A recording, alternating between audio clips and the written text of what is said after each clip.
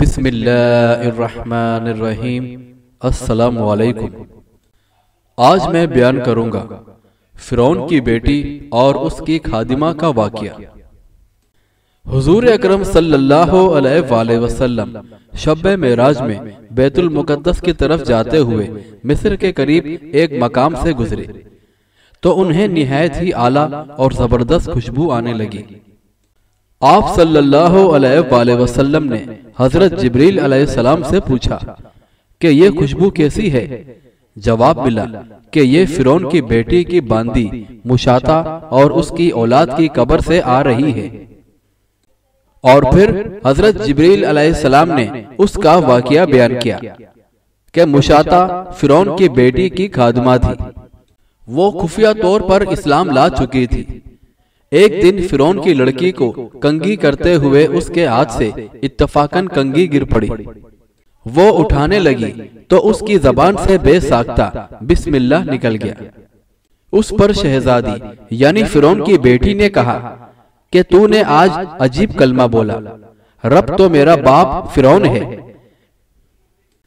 تو پھر تم نے یہ کس کا نام لیا ہے؟ اس نے جواب دیا، فرعون رب نہیں بلکہ رب وہ اللہ ہے جو مجھے اور تجھے اور فرعون کو روزی دیتا ہے۔ شہزادی نے کہا، اچھا تو میرے باپ کے سوا کسی اور کو اپنا رب مانتی ہے؟ اس نے جواب دیا، ہاں میرا، تیرا اور تیرے باپ اور سب کا رب اللہ ہی ہے۔ اور شہزادی نے یہ سب باتیں اپنے باپ فرعون سے کہی۔ اور فرعون یہ باتیں سن کر سخت غضبناک ہوا اور اسی وقت اسے اپنے دربار میں حاضر ہونے کا حکم دیا۔ اور جب مشاطہ فرعون کے دربار میں حاضر ہوئی تو فرعون نے پوچھا، کیا تو میرے سوا کسی اور کو اپنا رب مانتی ہے؟ اس عورت نے کہا کہ میرا اور تیرا رب اللہ ہی ہے جو بلندیوں اور بزرگی والا ہے۔ فرعون نے اسے اسی وقت حکم دیا کہ تانبے کی جو گائیں بنی ہوئی ہے اس کو خوب تپایا جائے، اور جب بالکل آگ جیسی ہو جائے تو اس کے بچوں کو ایک ایک کر کے اس میں ڈال دیا جائے، اور آخر میں خود اسے بھی اس میں ڈال دیا جائے۔ چنانچہ وہ گرم کی گئی۔ جب آگ جیسی ہو گئی تو حکم دیا کہ اس کے بچوں کو ایک ایک کر کے اس میں ڈالنا شروع کرو۔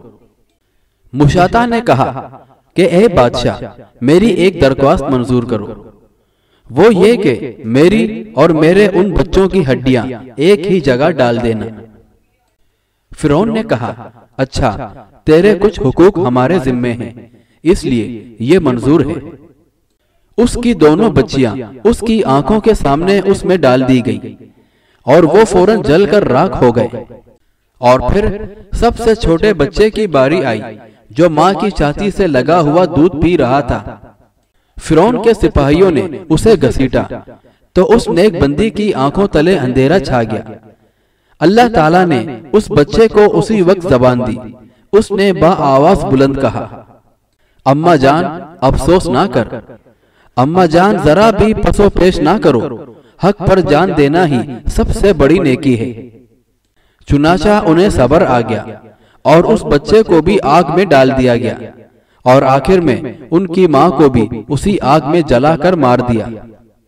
اور جبریل علیہ السلام نے فرمایا، یہ خوشبو کی مہکیں اسی کے جنتی محل سے آ رہی ہیں۔